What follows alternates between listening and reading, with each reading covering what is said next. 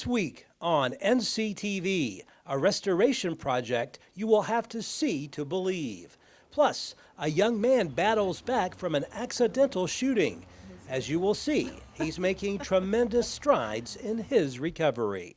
You can watch both stories each day at 6:30 in the morning and at 12:30 in the afternoon. You can also tune in at 5 and 9 on Monday and Wednesday evenings. Only on NCTV, your best source for local stories about local people.